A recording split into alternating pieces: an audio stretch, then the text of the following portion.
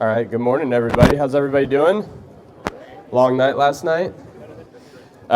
So when Oscar asked me to do a talk about subject of my choice, one of the things that I feel is the most under-discussed practice of bonsai is the repotting process. Because everybody wants to focus on the manipulation, the sculpting, the big bends, the fantastic things that we can do in the styling of the foliar mass, which is beautiful because you get an immediate payoff, right? You bend it and it looks different and you say, we have now done bonsai. But when we actually think about what makes a bonsai, as opposed to just a plant in a pot, it's this really confined environment of this shallow tray. And inside of that, that means that the biggest part of what we do is not all of the heavy bending and wiring and everything on the canopy, it's how we handle this root system that dictates the success of our operations in bonsai. And yet it's the most misunderstood. I think it's the most maybe mispracticed, whether it's the application of soils, types of soils, particle sizes that we utilize in bonsai, whether it's the way that we water it, whether it's the technique that we apply when we perform the repotting operation. So this has been kind of at the epicenter, the center point of what we've tried to focus on at Mirai, which is how do we set this tree up to be able to have success with all the radical things that we want to do to the foliar mass and the branching systems of the tree. And that's been the backbone largely of what we've been able to accomplish. And the photo of the tree on the screen is a testament to that, right? Last year's tree that we did a demonstration on, also a testament to that. The big question is that gonna live?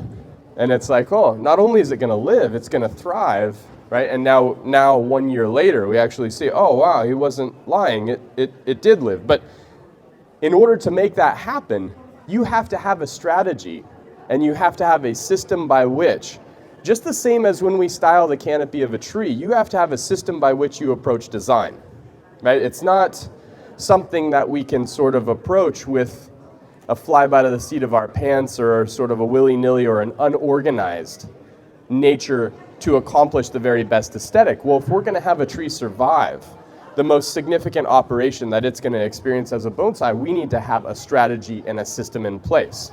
So I wanted to share my strategy with you guys this morning, just to shed some light on how do I go about, in a radical angle change like this, transitioning this tree from this container to a container that, number one, has the tree survive, which I don't think should ever be a question, but number two, looks as though it always grew that way. This is the most important thing, that it looks believable when we finish that operation, okay?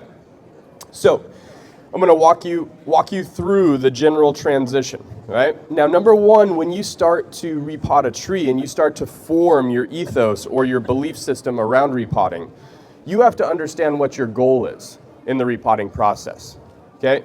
My goal when I'm repotting a tree is to get that tree into an appropriately sized container, not just a transitional container. I want to put that tree in the ideal size container that it will always grow in. And here's why. Okay, because there's different strategies and some people think this is super aggressive.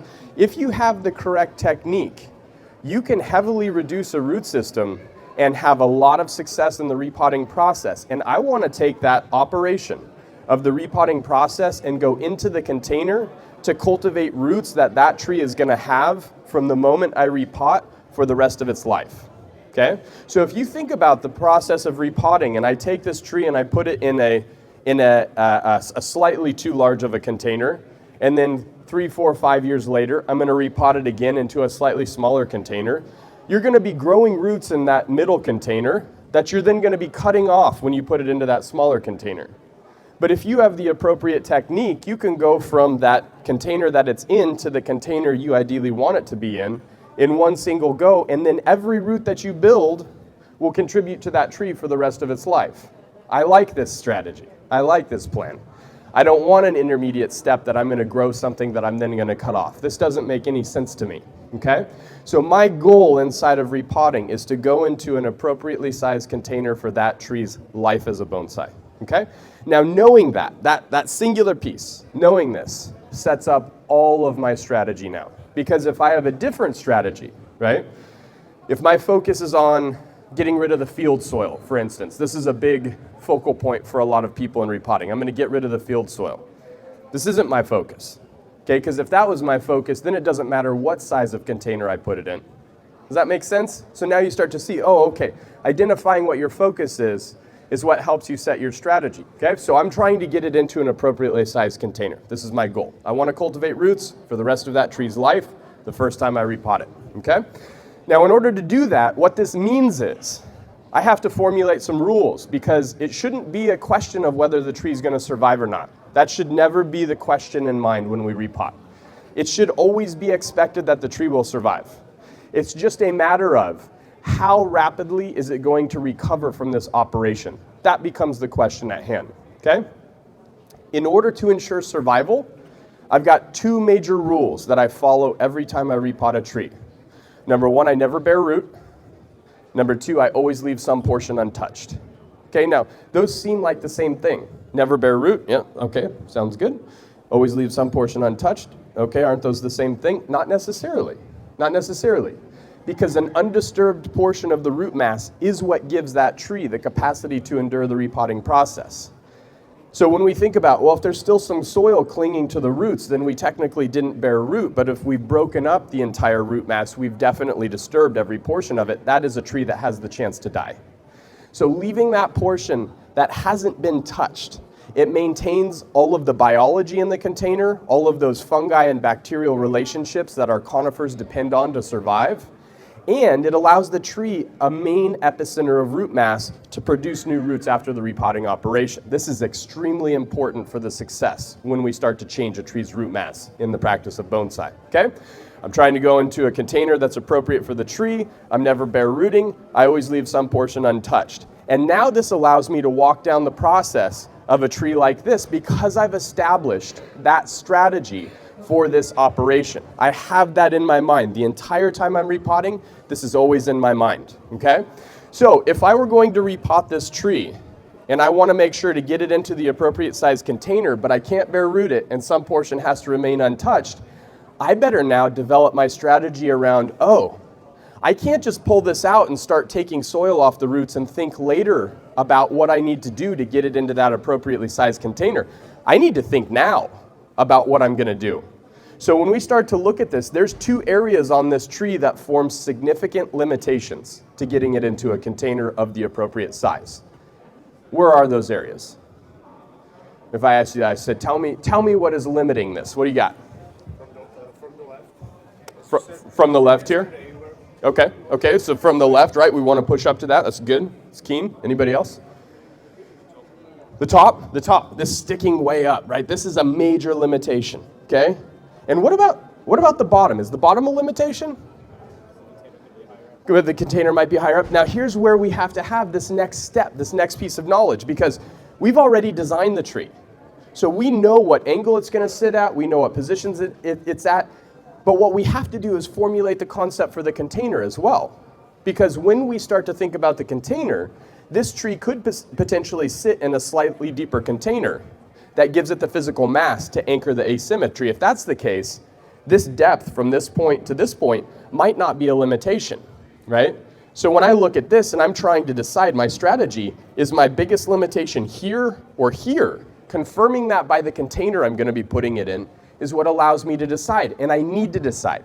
Because what if I have to do so much work here that the only portion that's untouched and not bare rooted is down here? That has to work with the container that I've chosen. And I'm going to say for this tree, to anchor that asymmetry, I can handle a slightly deeper container, so that means that this upper portion is my number one area of concern. Now I know. That makes it so easy, because think about this. You free the roots from the side of this container, you remove the tree from the container, and now you know exactly where you start the repotting process. We can't bear root. Some portion has to stay untouched. It's going into the container that we've determined is appropriate for its size. Cool. I'm not going to touch any other portion of this root mass except for this upper portion that I need to reduce as the limitation of the tree. And what that means is I can be quite aggressive with this portion of the root mass. I can't be completely careless, right? Because there are obviously significant roots that exist here. but I can be aggressive. I can be confident, knowing that I have analyzed, I have developed a strategy around it, and now I have my protocol for the step-by-step process. I'm going to reduce this. I'm going to reduce it as far as I can. Ideally, I would reduce this height down to this point right here. What does that allow me to do? It allows me to establish a new surface, height for the tree's root system that aesthetically maximizes what I've set out to accomplish by, again, choosing a container that pulls this deadwood into the base. Did everybody see the demo yesterday? If you didn't see the demo, you wouldn't know what I was saying, right? But basically what we're trying to do here is I've got my root mass here. I've got this free space underneath this piece here. I want to pull in this deadwood inside of the new container to expand the base and increase the stability of the tree, okay? So I know I want to get that done. That means I can push up here. I don't have much of a limitation here. This to me is very, very easy to work. There's no concern about this, okay? This is the real immediate area. So coming in here and just starting to work that away, not having done any damage to any other portion of the root system, I've automatically given myself the chance for success. Now, what happens if I start working in this area and all of a sudden I start to see, ooh, there's a lot of really important roots here. I can't cut them off. They're not going to be mobile. I can't move them. I can't sculpt this root system. What do I do now? Now what do I do? My whole plan, right? I just walked you through this whole strategy, and all of a sudden I start breaking down the roots and I'm saying, it's not going to work. Do I abandon it? Do I change the design of the tree? Let's build it up with sphagnum, definitely build it up with sphagnum, right? Okay, now I move to the second operation, because when we start to test out our greatest limitation, okay, this upper portion being our greatest limitation, if I start working this and I recognize I'm not going to be able to reduce this, then I automatically shift, okay? That limitation is real, it exists, I acknowledge it. Now let's move to the next area we can change the aesthetic. So if we start to think about this, okay, I'm going to have this kind of built up back here. I can make that look believable. I can make that look real. Have you ever seen all of the semi-cascading trees in Japan that have these kind of exposed roots, or it looks like the tree's up on a mound of moss and age? And you know that that's all because they took a tree that was upright and dumped it over, right? And that created that very natural aesthetic. Okay, so over the course of time, this area that has this root system here, if we work it correctly and we handle it and we water it correctly and we manage the roots, this can exist right here as it stands now and be completely believable as a natural addition to the tree. And in fact, it can actually enhance the aesthetic of the tree. So knowing that, I don't have to be afraid of anything. If I get in here and there's no ability to reduce that, okay, that's fine. Where do I go next after that, though? If I have a limitation here, where do I go next? How do I pivot? How do I stay on track to still get it into the container that I want it to be in and not bear root and leave some portion untouched? I move to my next limitation, right?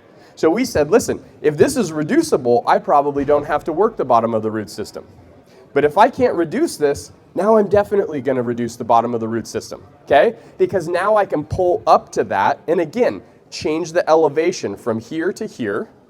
If I can't go from here to here, then I'm going to go from here to here. And I'm going to reduce from that portion of the root system. I can leave this portion untouched. I've explored it. Maybe it's reducible, but if it's not, great. I'm going to reduce that next limitation. I'm going to make this aesthetically pleasing, and I still have that portion that's untouched, not bare rooted, and giving the tree the chance to reproduce a root system. Success, survival is never a question. It's never a question in the repotting process. It's a matter of how do you roll with and manipulate the aesthetic of bonsai. And this is where we get to this big fundamental point that because the root system and this shallow container is what makes bonsai different than a plant in a pot, we have to be able to sculpt this root system with the same capacity to roll with the punches and adapt to what the tree gives us as we do up here. But if we don't have that system, we know here, if I bend and I bend and I bend and I see that branch start to tear, that's my limitation. I can't bend any further. Okay, cool, I accept that. If we reduce and we reduce and we reduce and we start to hit big, thick roots that we can't reduce anymore, that's my limitation. This is the same discussion of sculpting the two systems of the tree, right? Branching we understand very well. Root systems, nobody ever talks about it. Yet it's the most important thing that we do. So if I could leave you with one thing today, it's not that you should believe in my system, right? This is how you repot, believe me. But it would be establish your own system. Establish your belief of what you're trying to accomplish in the repotting process, because that creates the boundary and the guidelines for everything that you do in the handling of the root system. If you don't have that, you're flying blind. You have no ability to draw a boundary of where it's safe and where it's dangerous, or where to start and where to finish. So number one, establish your ethos or what you're trying to accomplish in the repotting process. This is imperative. This is paramount, okay? Number two, whenever we're repotting, always understand that if you have a portion that is still intact, maintaining all of the biology, maintaining a point where the new root system can emerge from, you are giving the tree the best chance of success in that operation. This is how we protect a tree in the manipulation and sculpting of the root system. We never want to bare root a tree if we're pushing the limits of what it can tolerate horticulturally, okay? So we're developing our system. We're always leaving some portion untouched in that system. And we want to be working with those concepts of the limitations and the reduction of those limitations in a disciplined, systematic fashion to accomplish what we set out to accomplish. Does that make sense? So no matter what happens, when I approach this tree in the repotting process, because I have that strategy of the repotting process, I don't have to worry about it surviving, and I'll be able to be adaptable to what the tree gives me to reduce the limitations that it presents me and still achieve what I set out to accomplish. This is bonsai repotting on a higher level. You guys have any questions? Yeah, that's a good question. So the question is, when I start working this upper system, because you can see the attachment of the root system right here, which again, this matters very little to me, that there are roots occurring from this location. And this is the live vein. Live vein drops in here. There's obviously roots attached here. There's some roots attached here. I have to reduce this system in order to be able to get this into the container that I want. So when I'm doing that, the question is, how far do you go? Do you try to get roots to grow lower down to replace this root or something of that nature? And here's what we know. Each species of tree has a different capacity to generate roots, replace roots, maybe reestablish a root mass. And what we know of with junipers is that junipers are kind of set in terms of where their roots exist. I know I have a root here that attaches to this vascular transport. I know I have a root here that attaches to this vascular transport. Those roots aren't going to change. I'm not going to get a root to grow out of some mystical portion of the living vein. The only reason this living vein is alive on this side is because this root exists right here. If I take that off, there's no root that's going to attach itself to that living vein and take care of that transport for me. That's why there's deadwood and there's living veins completely separated in junipers. As a result, I have to keep that alive. I got to keep that intact. So what I can do is I can start to remove the roots on the upper side of this. And I can start to focus the energy of all of the tree's sugars and starches from photosynthesis into the roots that exist below the top of that root mass. And I can start to direct their growth by focusing that energy on the roots that I leave behind. And that is how, over the course of time, I would begin to manipulate and sculpt that root system. Yeah. Any other questions? Would I also not bare root a deciduous? I would bare root a deciduous tree, and this is where you see the big difference between a conifer and a deciduous. Because a conifer, when you think about a conifer, and even when we're talking about a larch, which is a deciduous conifer, which starts to walk the line of conifer, and it's like one of those middle, what do we do now kind of a thing, bald cypress, Don redwood, these are two others. Okay, when you start to talk about that, in a conifer, they depend on microbial relationships. They have foliage year-round. They move water much less efficiently than a deciduous tree does, and as a result, they cannot reproduce tissue as rapidly. That's why they depend on that microbial activity. So with a deciduous tree, knowing that they have rapid, efficient water movement, I would happily bare root a deciduous tree, but I would not do it every time I repot. Yep. Once you start to establish a refined deciduous tree, heavy twigginess, a dependency on that water transport to keep all of those smaller, finer portions of the tree alive, you have to be more careful with the root system. Yep. Any other questions? Yeah? You said to repot it into an appropriate repot? I mean, this is why I'm glad you asked this, right? And this is what I want to make very, very clear. Okay, so the question was, he said, you said you want to put it into the appropriate pot. Because you've done this heavy bending, would it make more sense to put it into an intermediate container and go through 2 phases of repotting? Reduce it a little bit, but not a lot, and then come back later and reduce it more. And this is exactly what I don't want to do. This is exactly what I'm saying, my ethos, my strategy. And you don't have to abide by this, but you do need to establish your strategy, because that's what sets the boundaries of expecting it to live and accomplishing what you want to accomplish. My strategy, how I approach repotting, is I do not do an intermediate repot. I do not do an intermediate repot because I want every action that I take on this tree to generate roots that the tree is going to have for the rest of its life. And when we go into an intermediate container, we're going to have to cut off roots that tree has spent its energy to build in the interim. I'm not interested in that. This, in my mind, is a waste of time.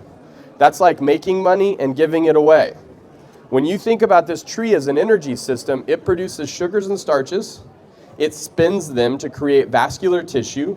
The vascular tissue creates the pathways to generate more foliar mass, and one at a time, it builds over the course of a year. Spring is foliar mass, fall is vascular tissue. Spring is foliar mass, fall is vascular tissue. If you're going to impact this tree, either one of those systems, I'm going to reduce its foliar mass or I'm going to reduce its vascular tissue, anything that it produces after that better be something that's going to work in that tree, or you're wasting money. You're wasting the tree's money, right? As a business system, you're wasting its money. I don't want to waste my tree's money. I want to put all of its money to the portions that allow it to be a better bonsai as sustainably and quickly as I possibly can, because that means it looks more awesome faster, right? Yes? This bluegill, Sure. almost like 2 meters tall. What would you do in that? Yeah. So this is, and again, this is the whole thing about this, right? So the question is, okay, but what about a Yamadori tree and a tree that has roots in radically different areas? I don't want to challenge or compromise the survivability of the tree. I've got roots in 2 different areas. I want to tilt it up. Now, one of those areas is up here. One of those areas is down here. Here would be my rebuttal to that question. Is the tree ever going to change where those roots exist? Are the roots that are going to be up here ever going to be anywhere else but up here? Okay, so no matter what you do in terms of an intermediate repot, you still haven't solved the problem of where those roots exist. So my approach to that would be, get the tree as strong as possible. After the collection process, you put it into a box, you build up as much strength as possible. This is recovery of the root system. And in that next repotting, I know that no matter what I do, I'm going to have to confront that situation at some point. I would rather confront it before the tree has started to go into the practice of bonsai. Because once you start styling, once you start pinching, once you start pruning, once you start reducing needle mass, you're reducing the energy in the system.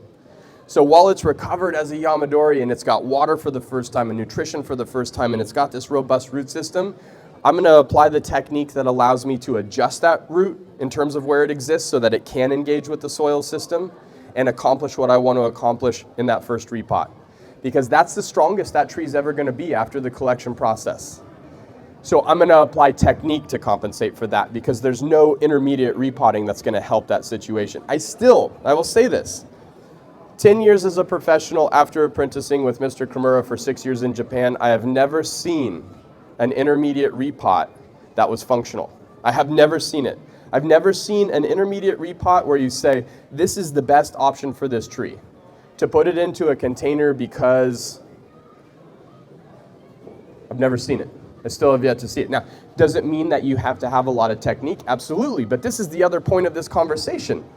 We look at and we watch all the techniques to manipulate the foliar mass. We got to understand what makes bonsai are the techniques to manipulate the root mass. This is really where demonstration should be taking place. Watching how somebody could change the position of this tree and going through that process and seeing that expert technique applied, the handling, the soils, the aftercare, that is bonsai. That is how we get to bonsai. This is ultimately why I created a live streaming project that teaches this. If you guys haven't seen Mirai live, live.bonsaimarai.com, check it out, because I walk you through this kind of repotting on a continual basis and all of the aftercare to be able to help it survive. This is very common for us to be doing at Mirai. Sharing the fact that you need to have a strategy as just a fundamental thing that I want you to take away. Develop your strategy. That will improve your repotting process. Any other questions?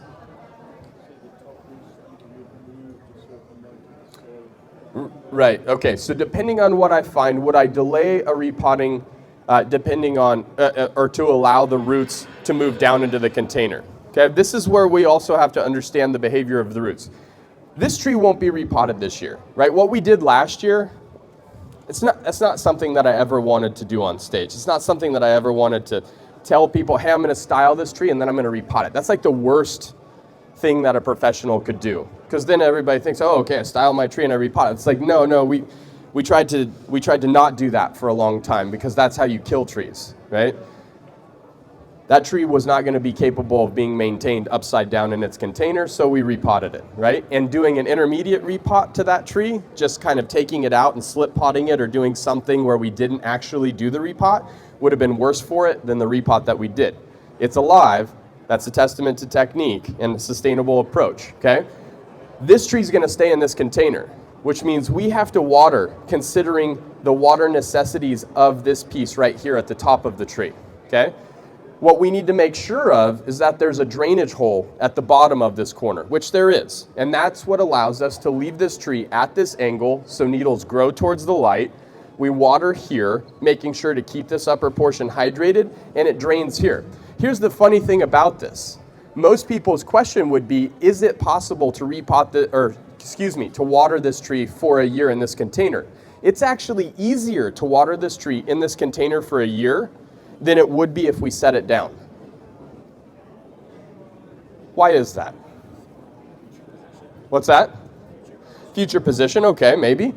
Okay, so when we start to talk about bonsai, the thing that makes bonsai very challenging is the gravity column. It's the shallow container, right? This is the thing that makes it awesome. This is also the thing that makes it so challenging, okay? And when you tilt this thing up, we've just made this a much deeper column of soil. We've allowed more gravity to act on this. We will see water move through this more efficiently, and the tree will actually grow far stronger up at this angle than it would if we set this container down. This is a win-win. The tree's gonna grow stronger as a result of this. We give it a year to recover, get strong, build up its foliar mass. Again, foliar spring, vascular fall. Let this expand, generate sugars and starches, invest money in the business. It starts to build all of the pathways, store up its sugars and starches, and next spring, 2021, we come in. We start with that notion of our strategy to get it into the pot. We know we don't bear root. We know we leave some portion untouched. We started our greatest limitation. If that doesn't work out, we have our second limitation. We get it into the container, and our life is good. Yeah, sounds pretty easy, right? It's good. You guys got it. Any other questions? Yeah.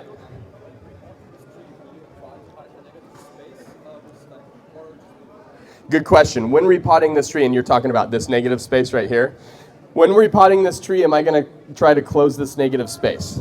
So this is where we start to talk about the design, right? Because everything that we do in bonsai has a function and a design. The function is going to be making sure that we create a horticulturally possible situation in the container, okay? That's easy to do. We've walked through that. Design is, how do you do so and make it look believable? We have to make this look believable as if it always occurred. We have to make this look believable as if it always occurred. This negative space will create a visual instability in the base of the tree. If I can close it up in a way that makes it look believable, I will do so. And typically that's sphagnum and a moss sort of system that we would utilize. Yeah, there's another question in here. Good? Great, yeah, great question. So when we were doing the demonstration, right, we've got this live vein, and you can literally see how the live vein tucks into the soil right here. and we said, I want the base to be expanded to here, so I know this has to engage within the container system. So my container is going to come as close to this root as possible, as close up in this corner, which means I know I've got to reduce this corner. This also plays into my... Now, if it engages a portion of this deadwood, it means that the rim of the container is probably going to have some of the deadwood sitting on it. I'm totally okay with that. The notion that we don't want the tree to engage with the rim of the container, I don't know where this came from. I think it's one of these things that like started being mentioned somewhere sometime long ago from somebody who didn't know what they were talking about, and we all accepted it, right? I'm fine with this sitting on the rim of the container. That's awesome. Now all of a sudden the tree and the container actually have a relationship. Don't we want that? Don't we? Isn't that what we're trying to accomplish? So I'm going to say that my container is probably going to be at least this wide. Maybe that pulls in the lip of the container. Maybe the lip exists beyond that. And it's going to be up against this system here. We talked about the design of the container. The round container yesterday we talked about in the demonstration would be the most rudimentary, maybe underserving of the tree because it's such a simple form. And this is a very, very intricate, detail-oriented tree. That's where I would then want to move towards maybe a more of a lobed container or maybe more of a pointed mirror-shaped container to hold this tree, have that visual value, but maintain that proportion and symmetry of the round dimension, right? So even if it's a mirror, even if it's or a floral, all of a sudden we still have the left to right and the front to back being the same dimension, and that dimension is going to be from here to somewhere in here, okay? In terms of depth, I have no problem with having depth that wouldn't necessitate me reducing the height of this soil system, because that gives me the physical mass in the container to anchor the asymmetry of the tree. So I would literally be looking at the depth from the base of this table right up to the base where I want that lip to occur. And that would form my proportions for the container. Anybody else? Last question. Do I think it's too elegant for a Jonathan Crop? I do. Jonathan's containers need a lot of mass. And this tree is all about, I think, a little bit more elegance. Yeah. What's that? Tom Benda would be, me and Tom, we work, yeah, I like Tom Benda. Yeah, definitely. You had something. Let her rip. Tie downs? Yeah, sure. So this is an anchor strategy would be a whole nother talk that I would love to give, because I think this is something we all struggle with. But when you think about anchor strategy, I'm going to break it down into two very simple concepts, right? When we're trying to tie a tree down, number one, where do we start the tie down process? Where do we start the tie down process? If I'm looking at this right now and I'm saying, this is how I have to anchor this tree in just a theoretical concept for the tree. Okay, so the most direct application of force across the shortest possible distance, I love that. Where would be the direction that this tree wants to fall? Where do you need to tie it down then? Okay, so immediately we know one tie down has to be here opposite of the direction of the weight, okay? This is amazing because all of a sudden when we're trying to tie it down, we're like, okay, I need something here. Now all of a sudden when it's falling this way, does a tree only fall in one direction? No, because it's going to try to redistribute that, and it's either going to go this way or it's going to go this way. Okay, so depending on which way it's going to go, and I'm going to say with the visual mass of the deadwood and the branches being farther to the front, it's probably going to want to fall this way, which means I have to tie down here. I have a great structural route to be able to do that. I tie here to this structural deadwood, I tie here to this structural root, and I need a third location. Third location is called the rebound location. Because when you put a tree under tension in two directions, if it experiences a force, like you put it in a car to take it to a show and you hit a bump, right, and those two things, it's always going to rebound backwards. So then I have to have something stopping the rebound. 3 points, the tripod system, will give you security of anchorage on any tree in the bonsai world. 3 points, any tree. Starts with the most direct application of force, and we counter that. Secondary application of force, we counter that. Rebound application of force, and you're done. This is anchoring strategy broken down to its very fundamental level. Thank you guys. I'll see you in the demo. Appreciate it. Thank you, Oscar.